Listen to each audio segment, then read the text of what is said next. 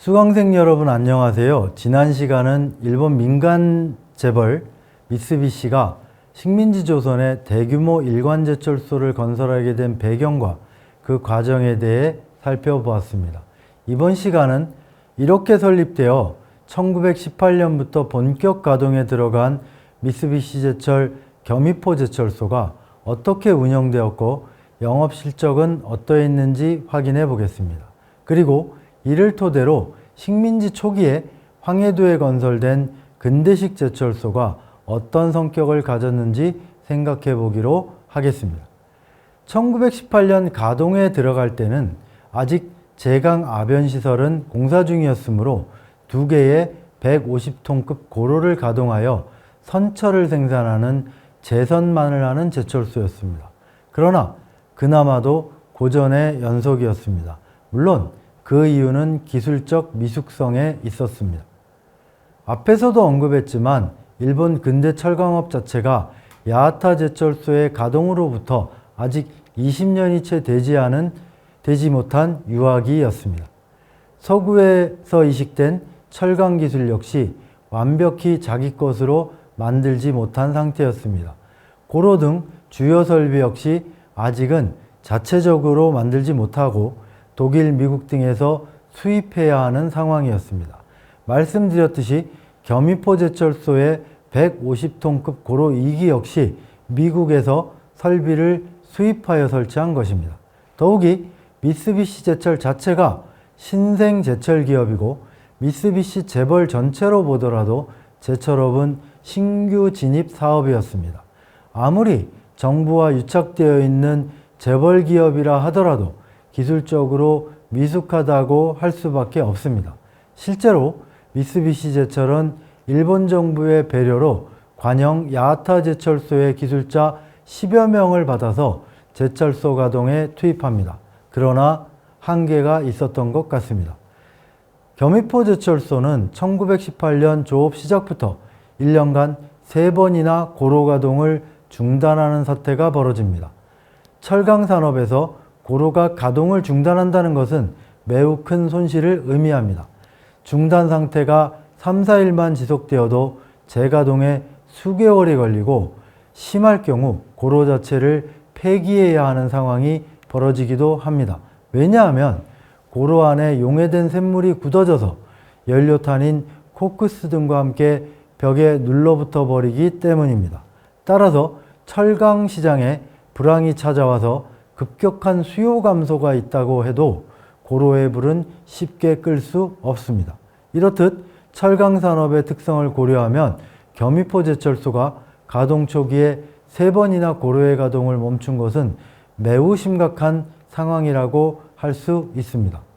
겸이포 제철소가 초기의 어려움을 극복하고 대체로 안정적 가동 상태에 들어간 것은 가동 후 3년 정도가 지난 1921년부터입니다. 그러나 이 시기부터는 새로운 난관에 봉착했습니다. 제1차 세계대전의 호경기가 사라지고 전후불황이 시작되었고 여기에 더하여 역시 세계대전의 영향으로 서구 열강을 중심으로 군비 축소의 움직임이 일어났습니다. 일본 역시 여기에 따를 수밖에 없었고 특히 1923년 미국 워싱턴에서 맺어진 워싱턴 군축 조약으로 일본은 해군력을 증강하는 88함대 계획을 중지할 수밖에 없었습니다. 그리고 이것은 미쓰비시 중공업의 함정 건조 사업에 큰 타격을 주었습니다. 불경기와 군비 축소로 선박 건조는 민수, 군수 할 것 없이 줄어드는 상황이 되었고 이것은 동떨어진 식민지 조선의 제철소에도 결정적인 영향을 주었습니다. 왜냐하면 겸이포 제철소의 생산 철강제가 전부 미쓰비시 중공업의 선박 건조에 사용되는 구조였기 때문입니다. 결국 겸이포 제철소는 평로와 분계 아변으로 이어지는 제강 공정을 멈출 수밖에 없었습니다. 워싱턴 군축 조약이 체결되고 일본 정부가 해군력 증강을 위한 88함대 계획을 중지할 수밖에 없었던 1923년의 일입니다. 미쓰비시 제철이 경영위기에 따른 대응책으로 감자까지 단행하여 3천만 원의 자본금을 2,500만 원으로 줄이는 극단적 조치를 단행할 정도로 이는 큰 위기였습니다. 그러나 이러한 극단적인 대응에도 불구하고 영업 성적은 좋아지지 않았습니다. 1924년 이후 거액의 적자 경영은 면했으나 흑자 경영으로 전환되지 않았고 1920년대 말에 직면한 대공황기에는 다시 거액의 적자 경영으로 전환되었습니다. 1920년대 중후반 적자 경영을 면한 것도 경영 실적에 따른 것이라기보다는 1926년부터 정부로부터 받게 된 선철 장려금 때문이라고 볼 수 있습니다.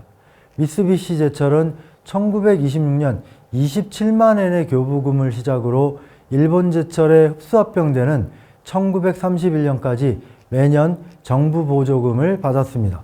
그 액수는 매년 차이가 있었으나 가장 많이 받을 때에는 50만 엔을 넘는 경우도 있었습니다. 영업 성적은 좋아지지 않았지만 겸이포제철소의 선철 생산은 지속적으로 증가했습니다. 초창기의 시행착오에서 벗어나고 제철소 가동 4년차에 접어든 1922년 2기의 고로에서 생산된 선철은 8만 톤이었고 1923년에는 9만 톤을 넘어섰으며 이후 1920년대 후반기에는 최대 생산 능력 10만 톤에 근접한 성적을 내었습니다.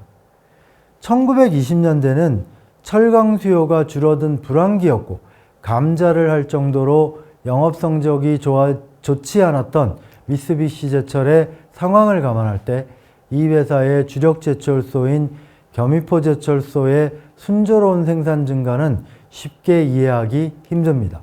우선 여기에는 정부로부터 받은 철강 장려금 외에도 몇 가지 이유가 있습니다. 첫 번째는 미쓰비시제철이 일본 최대 재벌그룹의 산하기업이라는 것입니다. 겸이포제철소 건설과 함께 미쓰비시 재벌 본사인 미쓰비시 합자회사에서 떨어져 나와 주식회사 형태의 독립자회사가 되었지만 그 대부분의 주식은 미쓰비시 합자회사가 가지고 있었습니다. 이 자본관계 구조는 불황기 거대한 자금이 들어가는 제철소 경영을 안정적으로 지속하게 하는데 핵심적인 역할을 했습니다. 예를 들어 흑자 경영이 현실화되지 않았음에도 불구하고 미쓰비시제철은 꽤 많은 자금을 내부 자금으로 축적할 수 있었습니다. 두 번째는 식민지 조선에 제철소를 건설한 점에서 꽤 중요한 이점이 있었습니다. 우선 최초 제철소 입지 선정의 중요한 요인이기도 했지만 근처에서 양질의 철광석을 저렴하게 공급받을 수 있었습니다. 실제로도 겸이포제철소가 사용한 철광석의 90% 이상이 식민지 조선 내에서 공급되었습니다. 그중 60% 이상은 미쓰비시제철소가 건설하기 이전부터 매수해 두었던 황해도의 철광산 등을 중심으로 공급되었습니다. 겸이포제철소가 사용하는 철광석의 단가는 1931년 기준 4.9엔 수준으로 일본 본토의 민간제철소와 비교하여 평균 2엔 정도 저렴했습니다. 그 이유는 인접거리인 상황에서 운송비 등에서 유리함도 있었지만 근본적으로는 철광산에서 일하는 한국인 광부의 임금이 낮았기 때문입니다.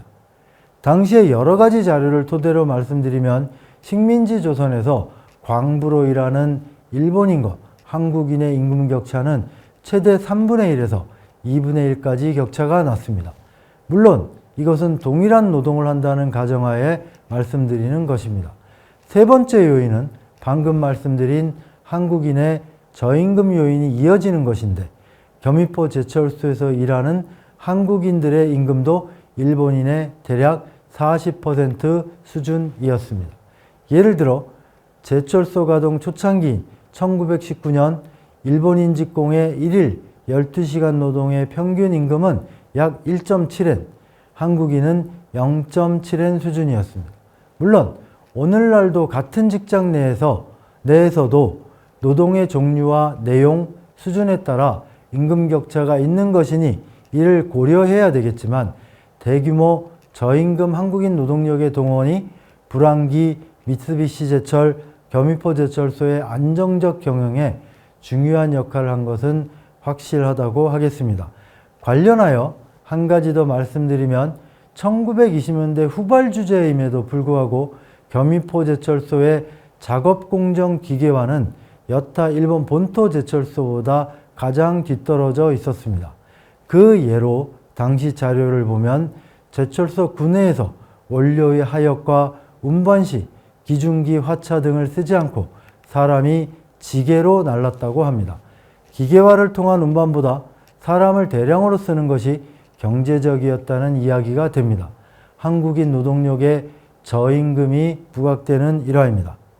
이번 시간은 1918년 가동 이후 겸입호제철소의 운영 실태를 살펴보았습니다. 다음 시간은 미쓰비시를 중심으로 러일전쟁이라는 매우 이른 시기부터 진행된 일제의 한반도 철강산 개발의 실태에 대해 좀 더 구체적으로 살펴보겠습니다.